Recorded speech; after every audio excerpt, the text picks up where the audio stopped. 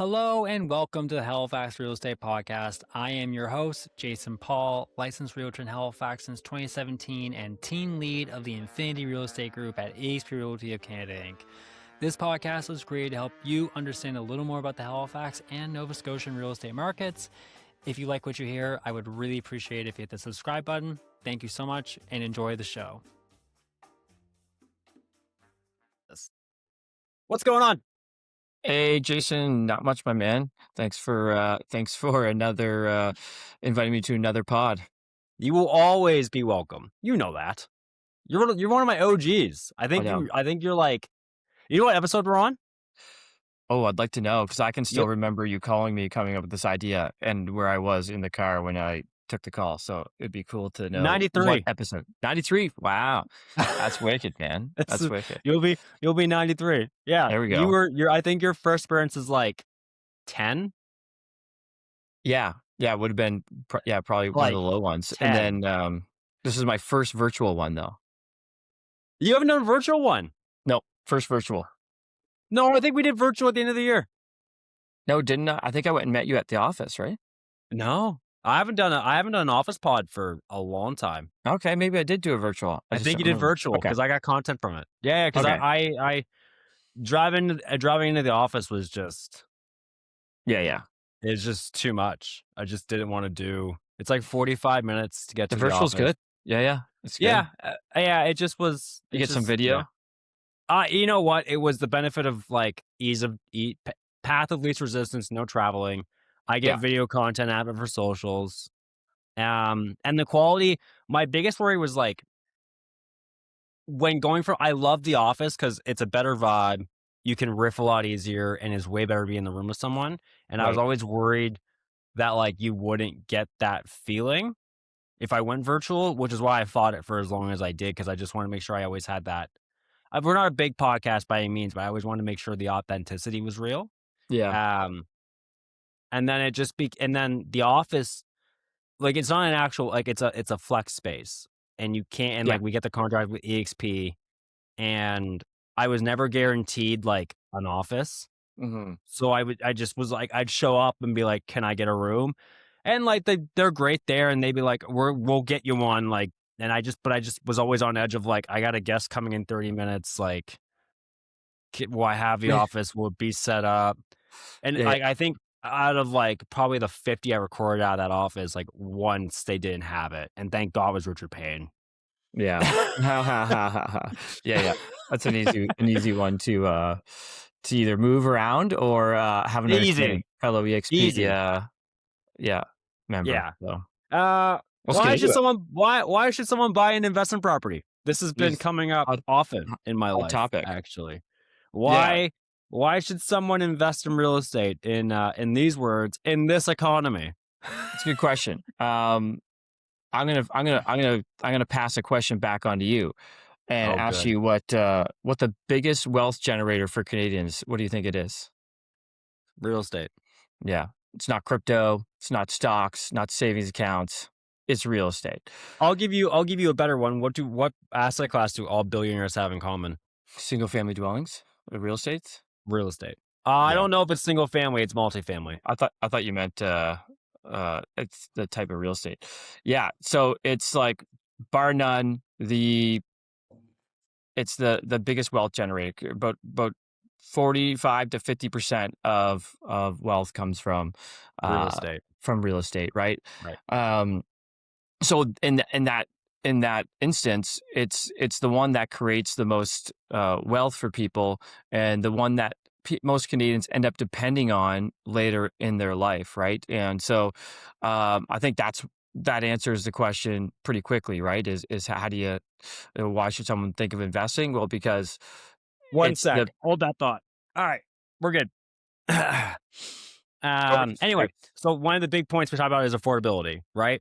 Right. When we make the argument of affordability, like we argue that as much as people want affordable housing, and I'm sure government wants to make, I'm sure at municipal, provincial, and federal level, they want to make housing more accessible for Canadians because it's been the number one hot button topic for Canada since 2020.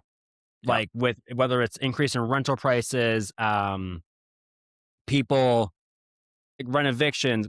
Nova Scotia, we have fixed term leases versus periodic leases. Like, housing has become it's been such a dramatic change in accessibility for people. And when we talk about affordable housing, like, we say this all the time, governments can't really change affordability, because what happens to the elder class? Because all of Right. their wealth is in real estate. Like, if you want people to retire and be able to, and like, when we say retire, like, if they have no wealth to leave with, to retire on, then they need more government incentive programs, which is an increase in taxes, which is more of a burden on the debt of what the deficit currently is, which is another big hot topic with government.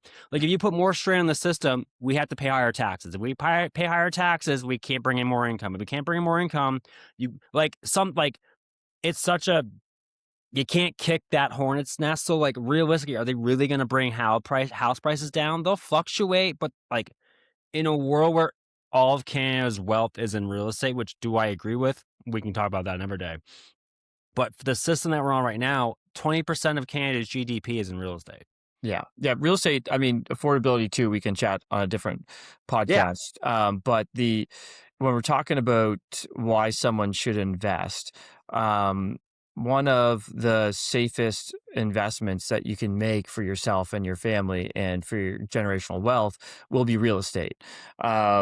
The We're in a time where people aren't going to they're not going to build wealth through discipline and putting money away every month. They're not going to accidentally invest every month. But there will be like millions of Canadians that accidentally build wealth because their mortgage forces them to.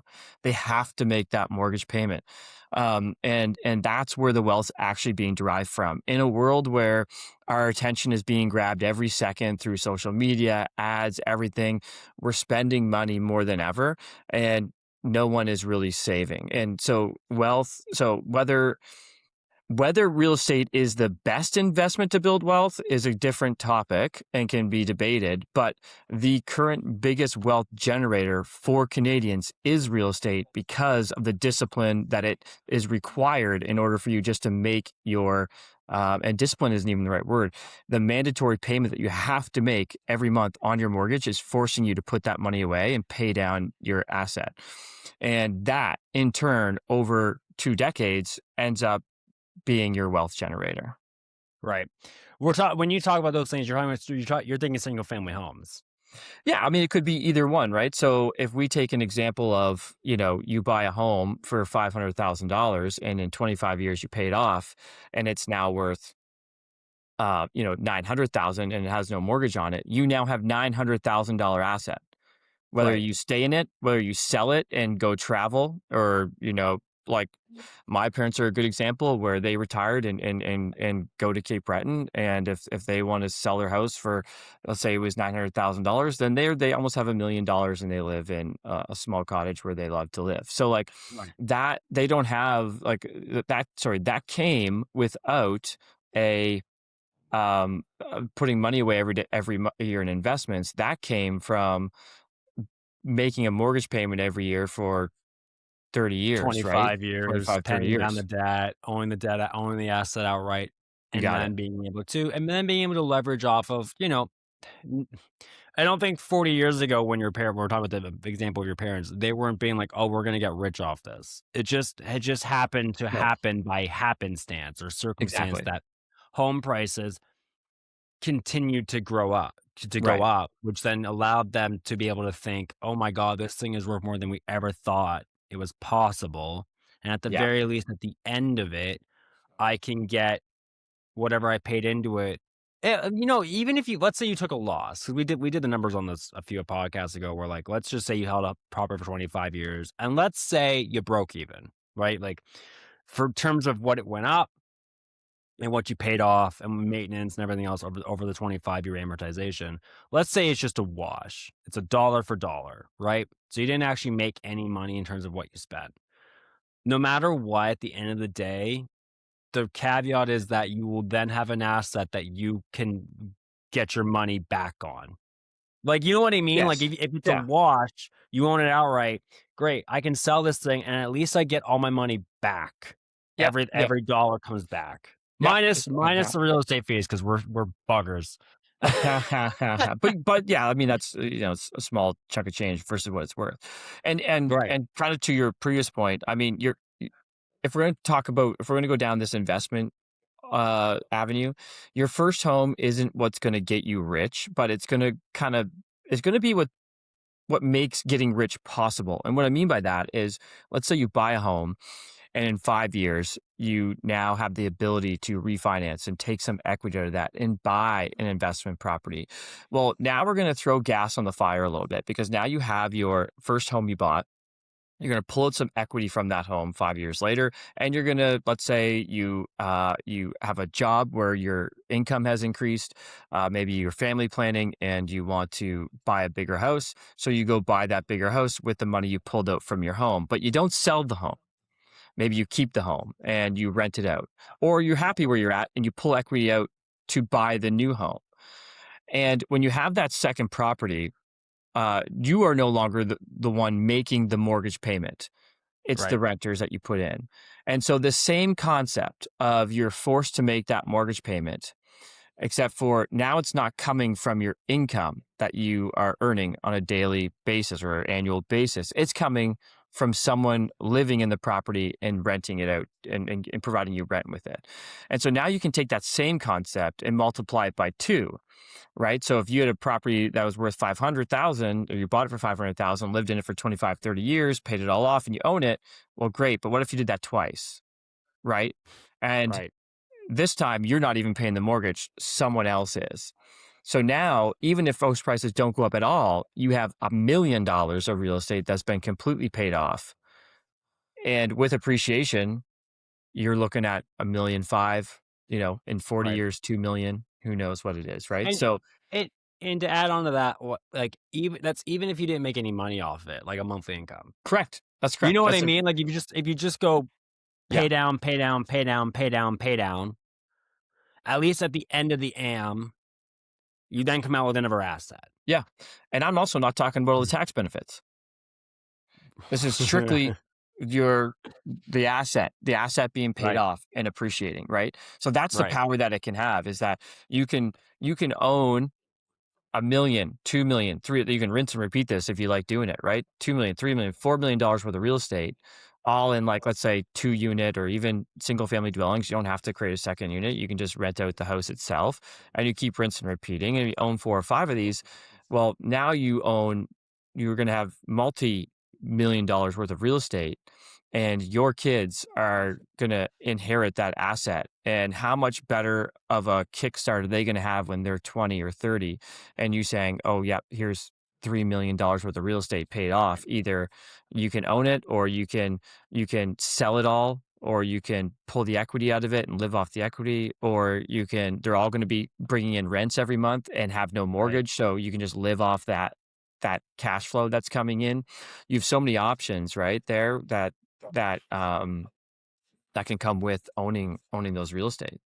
f the f the interesting thing about that thought is, like, I've talked to enough real estate investors, and one in particular, like, a big developer in the valley, started small time, doing single family flips, old Victorians with his dad. He was a guest on the pod. I started getting into multifamily developments, built a 18 unit, built a 25. Now he's doing Wow. something bigger, I think. And he just he was talking about all of how much money it takes, how much leverage you got to pull, and how much debt he has. And I remember he just said, "I'm not going to see the benefit of this. Like, I'm like, this is my kids are gonna see everything. Because by the time they're grown up, these should all be paid off, and they're going to Right. be able to inherit these assets that are worth millions of dollars." He's like, "I wish I could I can't see the benefit of this because all the money these things make are just servicing the debts or they're servicing the new projects." Like, he's not getting paid by these assets. They're not working for him yet. They're all working to service and grow the business, keeping all the money in the business and the business and the business. And remember, it was such a it's one thing you gotta keep in mind that, like, we say this too about our house that we're in. It's for our daughter. Like, this is like, we stand by, like, this house, we're never gonna sell it because it is for Sophia.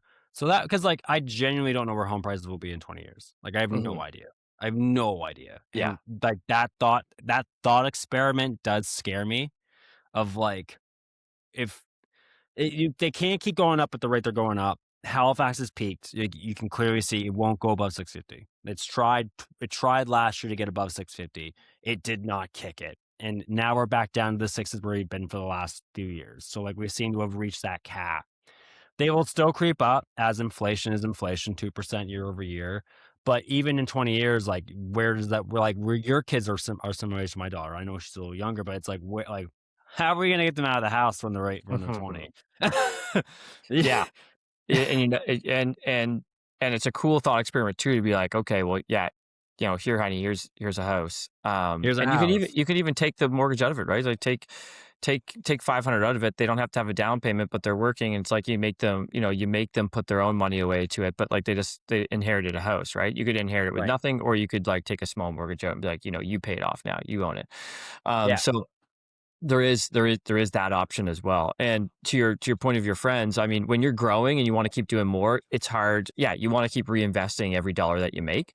But for like a simple investor, for someone who just wants to create some wealth for retirement, and especially if you're in your 20s, but in your 30s or even 40s, buying a second home and having someone just pay it off will increase your net worth and your how comfortable your retirement will be significantly, significantly more than any other avenue. Well, even if you go by that, if you go by the example of 20s, 30s, 40s, if you bought your first investment property at 40, for example, old age pension kicks in at 65. If you take out 25-year AM on your purchase at 40, you will have that paid off by the time you're 65. And Yeah. just think of it like that. And there's another retirement tool. Yep. Right? Absolutely. And like, even if, and then we talked about mortgage pay down strategies, how to accelerate your amortization payoff. So like, Yep. if you're going 50, there are strategies in place that you can buy an investment property at 50, do the accelerated mortgage payments, the biweeklies and everything, or other lever you can pull on, that by the time you're 65, you can probably have that house pretty much paid off. Yeah. So like, it's never too late. Yeah. Or It's the I did up an example, if you want me to run through it, of Run using through it. something like the Manulife One product is really good for investment investors, because if you want to pay it off faster, there's strategies that will allow you to do that without even going to a biweekly payment, or using some of these traditional strategies, which will for sure help in doing that. But for example, I have an example here. I'll bring it over here. So Yeah, uh, bring it up. I'm not looking somewhere else. Um, let's say that you buy um, a home for $600,000 and you get a mortgage for 450. So you're right around 20% down to buy it. At a Yeah. current rate right now, 429. Let's say that's the rate. Your mortgage payment is going to be around $2,440. Um, and I'll send the visuals to you if you want to overlay them. Yeah. Um, let's say that you're renting it out for $3,500 a month, and you have about $310 in expenses. So insurance, we have repairs and maintenance, vacancy, just some numbers that will calculate just the average ones that you'd have owning a property. Right. Right. Your average amortization is 25 years, but if you use this strategy and all the cash flow you have coming in, instead of moving it into your checking account or savings account, you leave it in the Manulife One, which has its own checking account. And if you need it, you can access it. But if you just leave it in there and let it do its thing, it's going to actually go against the principle of the mortgage. And by not making any extra payments and not taking that cash flow and using it for income, just letting it do its thing, your mortgage will be paid off in 17 years and 7 months. Yeah. Yeah. So if you start at 40, by the time you're 57, 58, it'll be paid off. Cash flowing ads. And that's and like, the other side of it is, we talk about this, where like, that's something you have access to. You can, like, you can go to a bank with that and get like You know what I mean? Like Yeah. it's never asset that you can loan against, that you can play with, that you can decide what to do with. It's just getting there. Hmm. It's just getting to where like you can really play around with that house. Um, wh- in that regard, like we're both biased. Realtor, mortgage broker. You own investment properties. I'm working on my first one. About to hopefully get out of this thing and go buy my second investment property. Let's go. Yeah, let's go. Um, let's. I want to make sure we get both sides of the room, right? The episode's called "Why Should You?" Right? Yep. Is there any? Do you see any reason to not? Honestly, for someone like us, just like someone's listening to this and they're trying to figure it out, and we don't want to sound biased. What are the reasons to not? Listen, I think if you're listening to this podcast, you're interested in investing in real estate. Right. It's not for everyone. When you own a property, there are going to be things that come up where you have to, the toilet's broken and it's going to have to be fixed. Whether you fix it or someone else fixes it, there's going to be Remember the something. day we closed on It might yours? be the first day that you close on a home. That might happen. The first we closed on it, did the walkthrough. Everything went great in the walkthrough. Yeah. Everything went great. Nothing was wrong. The first night you sent me a picture of your toilet leaking. Yeah. Right through the ceiling into the basement. And so you know what? And in that moment, it sucks. Let me tell you, it sucks. Right. But that is the downside that comes with it. It's technically passive income because 95% of the time it's just someone's living in it and sending you rent every month. But there are going to be some things that over 25 years, you own a home, things are going to break and things are going to be upgraded. That's just how it is. Now, if you're someone who doesn't want to deal with that, then hire a property Don't. management company to Yeah. do it for you and work that into the numbers. But if you're someone that's handy, you don't mind doing that, then do it yourself. But to answer your question, why someone shouldn't do it is, it really depends on you and what you want for your life and what you where you Here's, want your here's, family to be, because the opportunity cost, a lot of people are going to say is, well, what about investing in the stock market? It's like, okay, yeah, absolutely. Like, I think you should diversify. I think you should. Like, I think, when like your paycheck, I love David Bach. Don't know if you know who that is, but I he's do, yeah.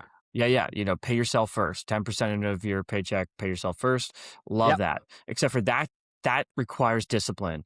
And you'll get excited about that when you first do it. But to do it for 35 years every month, Hard. no one does it. Hard. No one goes the Hard. whole time, right? There are people out there that do that, but Yep. very few people do, because you're going to have a hard month. Your car is going to break. You need some extra money. Someone's going on a trip and, you don't want to miss out on that. And you're going to use money for that. And so life just gets in the way, and your brain will convince you why something is more important than you putting money away to invest. It's not also like life gets in the way, it's also life changes. So like, for example, if you start Yeah. that at 20, right? And you're very diligent. 24, you meet a girl, or you meet your partner. 20, and then that involves, oh, I'd really like to go on trips, or I'd like to go on a vacation, or I'd like to go out for dinner with my significant other and enjoy intimate moments and enjoy each other's company, because this person I'm going to spend the rest of my life with. Then you get into, okay, now we want kids. The kids are a whole different meat and potatoes of forking out expenses. Then you get into houses. Now, listen, houses we can talk about all day long, of like, these things cost a lot of money. There's a lot of upkeep, like unexpected costs. These things happen. You buy an investment property that's brand newly renovated, and sure enough, the toilet leaks into the second unit. So now it's 2 units that are out of commission for you on the first day of ownership. I buy my house, funny enough, on the same night we bought the house, the faucet in the sink leaked. So we had to go to Home Depot, and luckily my wife was handy and could change the faucet, because I can't. So she's on. There's a video of her first night of us owning this house, and she's under the sink changing out the toilet. I'm changing out the faucet on FaceTime with her father, who's walking her through it from Ontario. Right. So Yeah. yeah, like, right, like, listen, home ownership right now, right this second, the siding is ripped off the back of my house, because we've, like, from changing out the windows last year, we realized that the whole back wood is fucked from water damage from years Yeah. of decay. So we're gonna be spending $5,000 and probably take 2 or 3 weeks to rip out all the dead rot, install new wood, install new siding, fasten it all in, and make sure the whole place is now watertight. Yeah. Like that is home ownership. And I have yet to make a fucking dollar off this place. I have on paper, but on paper wealth is not in my pocket. Right. Right. And for And the if I average Canadian, that is where the wealth came from. Like that wealth you're right. talking about that you've gotten is not from putting money away every month. No, That's no. from real estate, right? And all the money that you're putting into this home is further equity that you are padding that paper. Like you said, it's on paper, Yes. will be worth more. Now that can be realized in the future, but it's not like. But real estate is the one investment that you have to stay consistent with. You can't not pay your mortgage. Right. Right. Because the bank will take it. And take it, yeah, and you lose it. And Bad the advice. last thing anyone will ever give up is their shelter. That's right. Yeah, Right? Like yeah, it's all like I love it when people are like, "Oh my god, mortgage defaults are up." They're up by like what is it? 0.25, 0.5% of it. Like, you know what I mean? It's like minuscule, but it's like yeah, because people the last thing people give up, like they're gonna get their cars, their watches, the jewelry, the vacations, the eating out. Like there's a yeah, list of things to cut costs that you get done before you're like, okay, I have to sell my house. yeah, Right? They're not giving up the house. Because even then the trade-off is if I sell my house, I still have to pay rent somewhere else. So I would rather figure out how to not you know what? yeah, You're trading dollars for dollars. Because shelter is shelter. There's a cost to have shelter, unfortunately. yeah, yeah. Right? Agreed. Yeah, yeah. And then and in Canada, that biggest wealth gap is like income is making a bigger wealth gap as well, but it's not really the income. It's whether you own real estate. Like Yeah. that is where the wealth gap happens in this country, Yeah. and in most in First all of world North countries. America, but first world countries is if you Yeah. own real estate, and so yeah, I think it's very powerful, but there's other opportunities too. I don't say that. I want to make sure people don't think that it's I'm saying it's a better investment than buying stocks or crypto. I definitely think it's a better investment than crypto. But I do think you need to be diversified. And so like, with some of the cash flow you get from a rental property, you can invest that. Um, and having money in different places is very smart. But the one thing that you will stick with is a mortgage. It's the subscription Right. that you can't just cancel, you know. So You can, but you don't want the consequences. yeah, you Actually, it's can. funny. You gotta sell your It's house. funny you'd say that. We just picked up a investment property for a client. You were on the phone with them on Sunday. Um, Right. Complicated deal.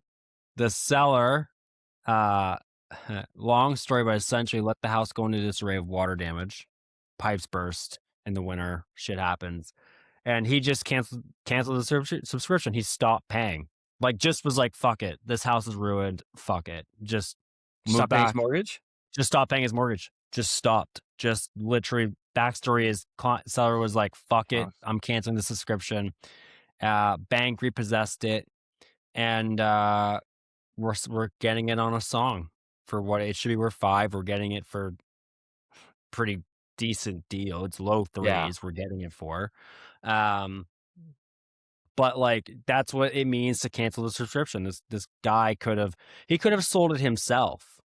Like I saw what he like you can look at the history on Viewpoint, thankfully. So I looked at the history of it and for what he paid for when he bought it, like he could have just sold it as is, where is, Right. and still been up like 5 figures That blows my conservatively. mind. Yeah. You know what I mean? Like it's and that's like you bought a good house, and it was a good time. It's years ago we bought it. So like I think it was Yeah. like 21, like 21, 22. Right. Market still appreciates, market still goes up. House is in disarray. We've had to jump through financing hoops. And Mhm. rightfully so. The pipes are burst, there's mold, drywall's ripped out. A bank's looking at this and being like, "We don't wanna fucking touch this. Like, why would we wanna get in this business?" Yeah. Especially with a home buyer who has no experience renovating houses. Like, that just sounds like a bad business. So, of course, Yep. we're jumping through hoops, going through lenders, going through appraisers, trying to get this thing to work. Um, but for us and my client, it's a huge win. He's already up.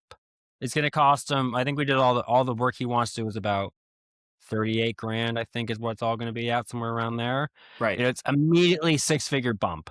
Right. Immediate six-figure bump. And what the craziest thing is that the seller, before the bank took it, if he had have just said, all right, I want out of this thing, let's get a realtor in here and get on the market and sell it as is, where is, there's enough good things here, someone will buy it, he still would have made profit, which is the craziest thing that, like, that's the crazy thing about real estate is like, you can take a box and turn it into a shithole and it still goes up.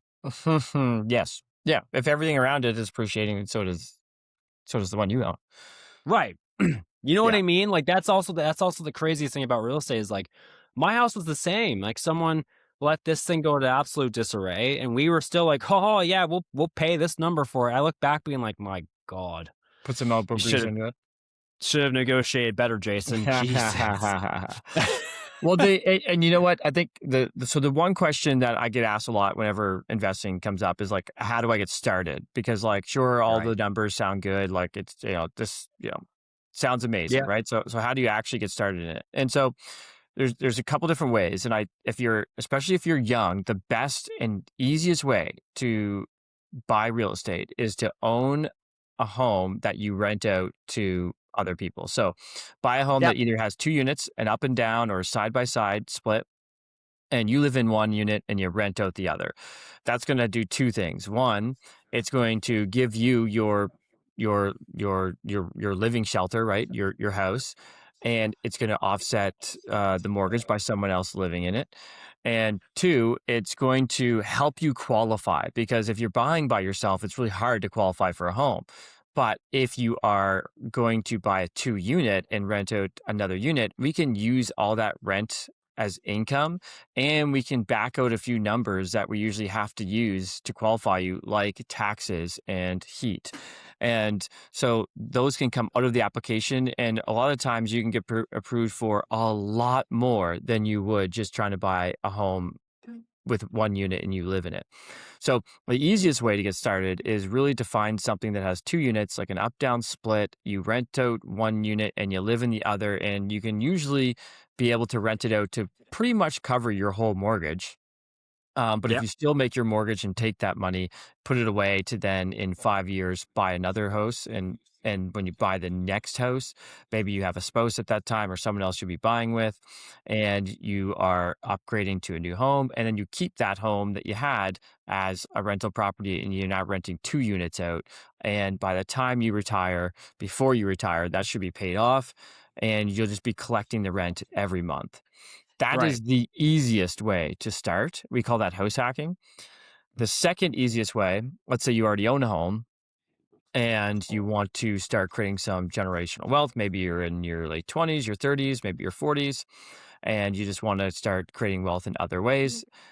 If you've owned a home for 5 years or more, then you likely have some built up equity in that home because you're probably saying, all right, well, I want to go buy a rental property, but where am I going to get $100,000 to do that? Well, you can look into your current house and pulling equity out of your home in order to purchase that new home is exactly how you can do that with a refinance. You refinance your home, you pull out equity to then use as a down payment on a rental property. That We is, just did it for a client. yep, just did it for a client, You just and did it for a client. they are going to be in a fantastic place. The other Actually, the other thing about that, that's a really good, actually, sorry to cut you off, Jason. That's a really no. good example because this client had no retirement plan in their 40s, trying to figure out if they should buy some businesses that are that were the owners were getting I older, and we suggested, well, what about real estate, which he had thought of, but he had no idea how to do it. You I want to say think something?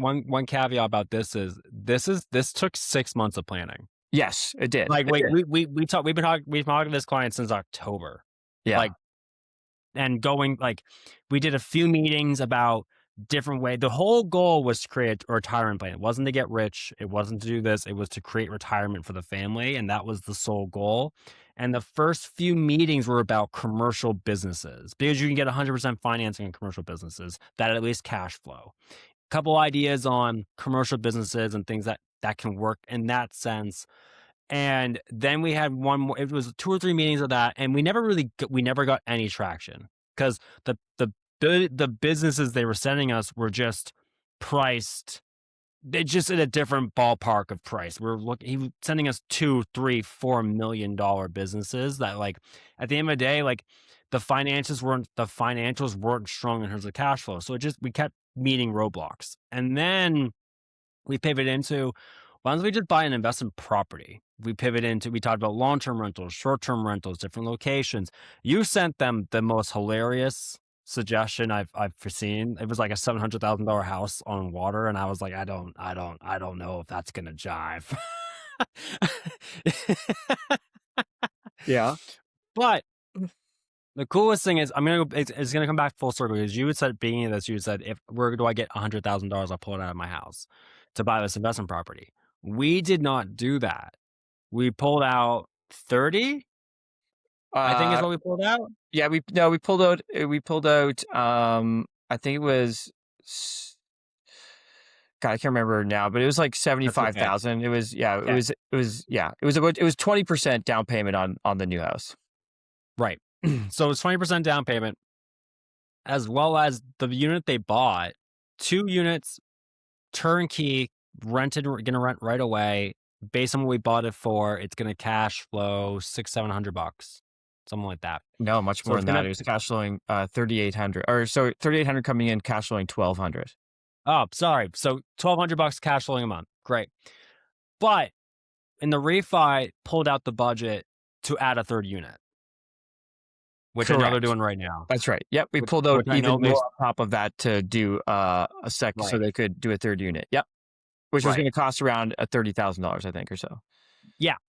So that was part of the refi too. So everything was, in yeah. there, like, you're looking at, like, that's someone who owned a house, had no idea what it was worth, had no idea about any of this stuff, came to us over 6 months, found the place, first week of March, under contract. Took a few weeks to get financing done because it's complicated maneuvers we're pulling here. Closed on it last week. Closed on it 3 days ago. Yep. And once that 3rd unit's done, he's gonna cash flow around, I think it's like $2,100 or so. Right. It's gonna be a great investment for him. And in 20 years, when he's 65, this will be pretty much completely paid off, or there'll be a small amount left at that point. He'll Yep. own an asset that's probably going to be worth $700,000 or more. Probably a little more. Yeah. Triplex if he gets a 3 unit, right? It's gonna be, so it could be worth more, and it's gonna be cash flowing at that time, maybe $4,000 a month, because there won't be much of a mortgage. Right. And now he has an actual retirement plan that is And- not going to cost him any more out of his employment income to put away Right. into an investment. Now, that's still a good idea, but this is actually building something where he's not taking additional money from his income to try and build. If one caveat here, government job, like a good government job. Yeah. Like government employee. This is someone who is not. That's right. Yeah. Like when we talk about, we said no retirement, right? When we talk about no retirement, you people usually think, oh, like, what is it, like a blue collar trade, or something that doesn't make a lot of money. This is a good government job in a management sector of the government, of the provincial government. Like, Yes. they make good money. It's not like it's a bad job. This is someone who just he'll receive a good retirement from the government as well. Yeah. But he won't have any savings to go do anything with. Yep. He'll have to live month to month on that income. Yeah. And so his question when he came to us, he thought buying a business would be easier, but he also thought real estate was interesting as well, because he knew people that did it, but didn't understand how to get started, or like how you even, like, where's the starting line? I don't even know where to line up to wait for the starting gun to go off. So that's the part that we help a lot with, right? Is, helping people understand the actual process. Because like when you do this and you go talk to a bank sells rate and product, right? And a mortgage broker is going to help you build strategy behind what you want to do. And that's the big difference there. The other thing, and like this is really interesting, is you get through closing, you give them the keys, and they're really excited to get going. And because once again, this has been a 6-month journey, and like they were nervous at first. Remember when we first pitched this idea on the phone call? Like him and the wife were on the phone call, and they weren't sure if this would be a possibility. They weren't sure they had the equity in their home, which was hilarious. They've owned their home for 16 years, and we're like, you have all the money you need in A your lot more than home. you thought. Yeah. Yeah. And then you get to the end of the line with them, and the wife is looking at me like, we're gonna send you a design ideas. We want your input. We want to make sure that this thing is the They're best so functioning pumped. thing. And okay. And then they both go, by the way, like we're gonna call you in 6 months. We're gonna go again. Yeah. What? Yeah. We're as soon as this place is rocking and rolling, we're going. What do you mean we're going? Because they were nervous. But Right. then, like, obviously, we do have, I shouldn't say obviously, one thing that we do is we create custom proposals and budgets to show you what it's actually going to look like. So you have the Yeah. visual. And then once it clicked for them, then they understood the flow and movement of money and then owning the asset. And like, oh, okay, so the money comes from my bank with my current home. They're going to give me money to then buy this home. I'm going to get a second mortgage for that. And then, okay, I'm going to have a payment every month. Oh, wait, but what if it takes me a month to fill it with a renter? Okay, well, we'll take out a little bit more. So you have a buffer of 3 months in case it takes that amount of time to clean it up, get someone in there. And then the new mortgage is going to come in and pay the sellers, and you're going to have a mortgage payment every month, but you're going to rent it out. The renters are going to pay that payment. And then other than that, here's a few things that you need to consider: vacancy rates, repairs and maintenance. In this case, he wanted to do an add-on addition, and he's pretty handy, right? And Yep. he's excited because he's almost waiting for a toilet to break. I swear to God, he's waiting to be the maintenance guy. I'll give you a little story. On the final walkthrough, toilet broke. Or toilet leaked on Yeah, final walkthrough. hilarious. And so we You can got a go problem with back. toilets, sir. It's you fuckers. Um, just a little toilet leak, not a big deal. But the sellers had been kind enough to do a lot of chimney work for us at their own cost. They probably spent at least $1,000 just cleaning up the chimney, adding a cap to it at their own cost. And remember, I looked at the client and was like, do you want to go, like, how much does the toilet cost? He's like, do this job, probably $300. I'm like, do you want to go back? But we can, like, this is not in the same conditions when it was when we purchased it. We can Yeah. go back and get you $300. And he had the shit-eating grin on his face. He goes, that'll take me an afternoon. Don't worry about it. Yeah, yeah. Because he's like, he's He's so super handy. excited. Yeah, yeah, and he's Sup- handy. So excited to get into the nuts and bolts of that place. And like, I know they're taking a leave of absence from work for 2 months to add in that. Like, he'll have that third unit done by July. Yeah. We're Yeah. recording May 1st, 2026. So by July, he'll have that third unit ripping and rolling for a little bit more cash flow. Yeah. And like, everything I want to highlight about this client, because we're talking about this situation specifically, one source of income in the family. Mom's a stay-at-home mom. Like, so like you think about all the barriers of entry you have to real estate and everything else in between, like one source of income. They bought in a secondary market. So it was an HRM. And I think like you can get in that regard, in terms of Nova Scotia investing, like I think HRM is probably your only first market I would say most investors are diving into. Secondary markets I would call like Wolfville, Bridgewater, Truro. Then you have your third markets, which are your smaller niche markets outside of those major markets. So buying a secondary market, picked something that was on the market for a long time that made a loss. Honestly, genuinely surprised someone didn't buy that before us. Honestly. Right. Picked something that was on the market for a few, like at least 100 days, 150 days, had gone through a few price reductions, so motivated seller. Like the funniest thing is when people look at brand new listings and like, I want that I want to get 50K off of that. Well, how the hell are we going to do that? Like it's 3 days on market. They're not going to play ball with us. So, for that situation, like once again, one income, no money saved, still managed to get them into this thing. Yep. Exactly. And net worth has already gone up. Yeah, net worth already, especially after that unit's added, his net worth will be right. Yeah. We didn't rip out all the equity of his house. Barely, honestly. Like we probably left for how much money was there to pull from. I think you probably pulled 50% of what was there. So like still plenty of juice to squeeze in that lemon. So didn't take that to the max. That's right. And the monthly mortgage payment went up by like 60, $70. Like it wasn't Yeah, anything, like once wasn't again, nothing wasn't much. crazy, right? So he can still manage his monthly bills off his income if he wants to. Now this asset's going to be paying for itself. Yeah. Like it's like I think the one new of these, mortgage only costs $100 more a month, and if right, he wants to pull that from the new cash flowing asset, he absolutely can. right. There's a few other strategies that we're gonna start talking about now to help pay his principal down faster. Okay. There's to name another product that can do that, I guess is the question, right? Like I don't know of any other investment tool that can generate the type of the cash flow and wealth that he's going to generate for $100 more a month. The I think you could also make the argument of like whatever asset can you buy for cents on the dollar of value, right? Then when I say cents on the dollar, like I mean down payments. Well, and you can relate that to stocks, but you have to understand the value. You have to be able to value companies, understand where they are in the market, understand that they're being undervalued right now, and buy them on the dip, and then sell Yep. them on the high. And now you're talking about a real skill and something that you want to be a professional at. Are you Um, trying to say real estate investing isn't real skill?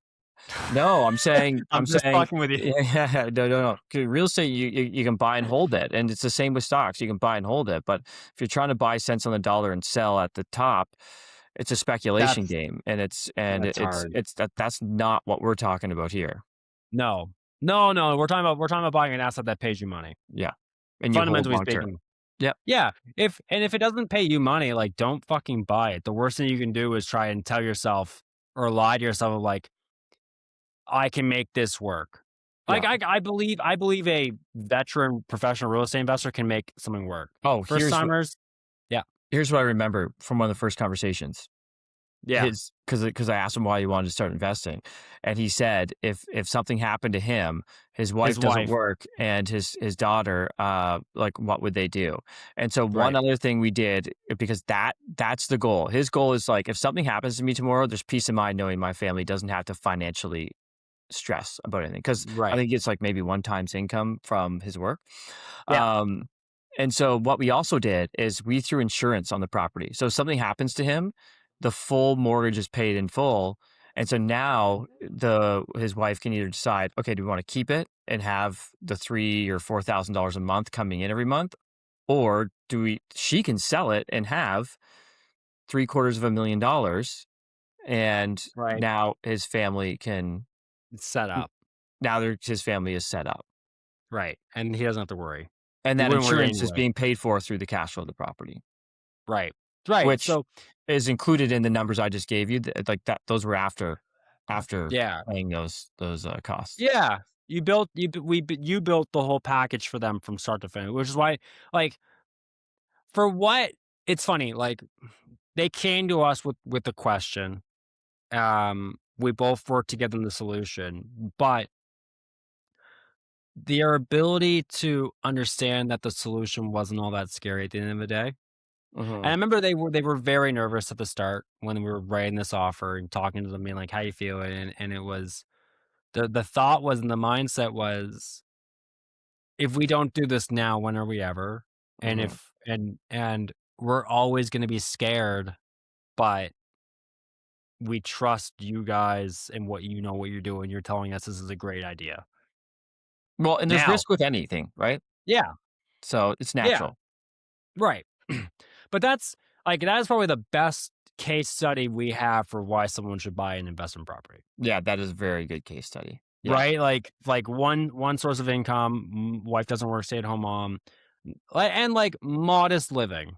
Like, Mhm. these people are middle class, maybe even lower middle class. Gonna have an asset they could leverage against the asset. Now they're gonna own another house that's sold that rents 2 units out, gonna be 3 doors soon, by the time they're done the work, and all that's gonna do is and, like, when they're done the triplex, they'll be able to pull equity out of that and go again, on Yep. to the next So one. again, they absolutely can. And back to the owning real estate thing where, the biggest wealth generator for Canadians is real estate. They could not have done this if they did not buy a house 15 years ago.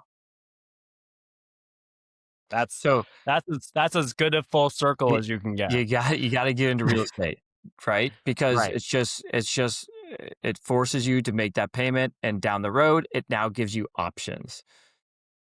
And a few more caveats. One, didn't buy the house 15 years ago for something that would drive this. Like that was not, their intention was just to own and live in a house. Mm-hmm. Did not buy a house in a affluent market. Mm-hmm. Like they're like, they Right. even after, That's a good point. Even after 15 years, the home value is still under 325,000. Mm-hmm. Still. And that's with the great boom of 2020, right? Mm-hmm. Still under 325.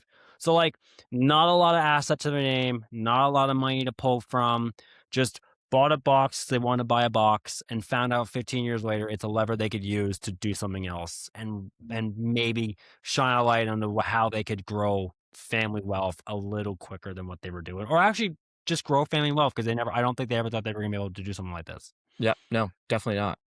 Right. Definitely not.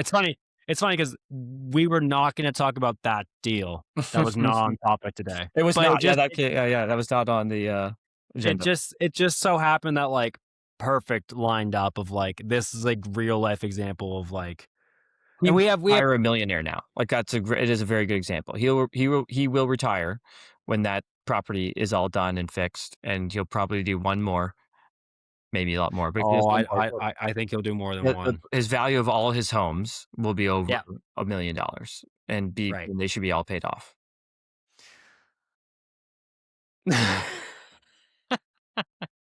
Right? I think that's why you should invest. I was going to say that is probably the best way to cap this podcast. Yeah.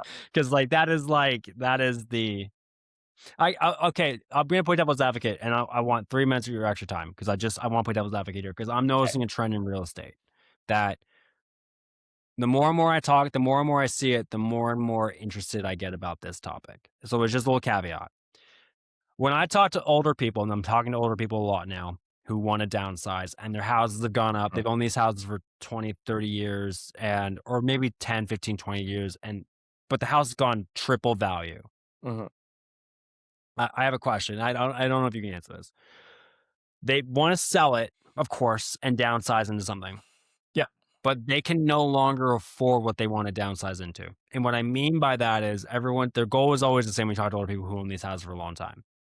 I want to be mortgage free. I want one slab living on a newer build somewhere in a good location, be it close to Wolfville. For example, like the client wants to be somewhere next to in Coldbrook or Kentville or Wolfville, in that strip of valley. That's all primary residence. Yeah. Even though their homes have gone up such significantly in value, they cannot afford what they want after sales and real estate commissions and all the other costs associated with selling the asset. My question is this, and I'm just very curious about this. I look at that as kind of a conundrum in a sense of like, do home values, I don't know how to make of it. It almost feels like a wash. Like, you've owned this box, your house went up in value, but everything else went up in value. So like, have you really made any money? I challenge that thought. Yeah. I challenge that thought because... Good, challenge me. I'm curious. I understand the logic that's going through your head, but the issue is that you're trying to map out the whole roadmap from where you are right now to where you want to be in your head. Yep. And all of a sudden you're going to just start taking wrong turns, and you're going to end up back to the first thought that you had, which is, I don't want to live here anymore. I want to downsize. But let me ask you a question. If I'm downsizing, am I starting in a bigger house or a smaller house? Bigger. Okay. What's more expensive, a bigger house or a smaller house? Smaller house. Is more expensive? Yeah. What's more expensive? You're saying a smaller house is more expensive? No, bigger house. You're right. Yeah. What's more expensive, 4,000 square feet or 1,000? 4,000 square. Ask the fucking realtor. Yeah. So what I'm saying is that if I want to downsize, then what I'm selling should be worth more than what I want to buy. Of course, yeah, there's realtor fees, 5%. Okay. But what I'm downsizing to my realtor fees aren't 20 or 30% of my sale. If I had a family of 3, and so I had a 3,200 square foot home, and I want to downsize to 1,000 square feet because it's just me and my wife, that should be a significant price difference in between those two, unless you're actually upgrading to a nicer area. And now we're talking about something completely different. But let's say you're in Sackville or Bedford, one of the suburbs of HRM, and you want to retire in Wolfville. Well, you're selling a 3,200 square foot home for $650,000, and you're going to go buy 1,000 square foot home for 400. I'm just throwing out numbers. No, because in Wolfville would be considered a price upgrade from Sackville. Yeah, Wolfville's more expensive than Sackville. But you understand what I'm saying is that I understand the logic, but but I understand where the starting point of that thought, and then you start looking online or on Viewpoint, you're like, oh, well, this house is this. If I sell my house and I'm only going to have 100,000 left over or something like that. It's like, yeah, but you have 100,000 left over in another house with no mortgage on it. So it kind of depends. So like if you want to sell your house and you want to move into 1,000, you're in Sackville and you want to move to, the Arm in 1,000 square foot condo or something, now you're upgrading, and that's a different conversation than. You know what? You're right. Yeah, you're right.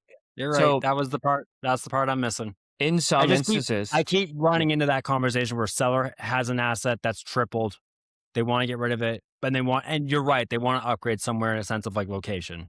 Yeah, but let me challenge the numbers for you, because like you're on Facebook or you're on Instagram or you're on, you see these things like, oh my God, this house sold in this area for 500. Can you believe that sold for 500,000 on that street? And your mind immediately goes, oh, it's not affordable. Like, I can't believe that used to be 250,000 and now it's 500. That's crazy.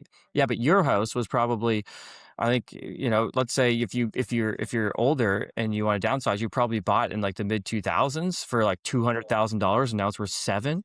So, depending on what you're looking to change your lifestyle to, I would challenge it. And I would say, stop looking on Facebook and trying to come up with the strategy there, and talk to a professional, because if you actually lay out the numbers, I bet it's going to look a lot different than you thought it would, especially if you're moving back to like, your hometown is in Cape Breton or it's in, Pictou or something like this. Well, now you're going to have like $500,000 left over. Right. Okay. I needed that. I actually needed that, because that's been bugging me for I had that conversation last week and it's been in my head. Just depends on where you're going. Right. All right. Well, I think that's it. We should have ended at Derek, because that was the perfect caveat. All right, sir. Thank you. Appreciate you as always. Thank you for having me. Appreciate it. Of course. All right, buddy. All right. I'll talk to you later. Stay on the line so that this can finish uploading. Okay. All right. Thank you so much for listening to the podcast. You can find our contact information in the show notes. Don't forget to subscribe. Thanks again.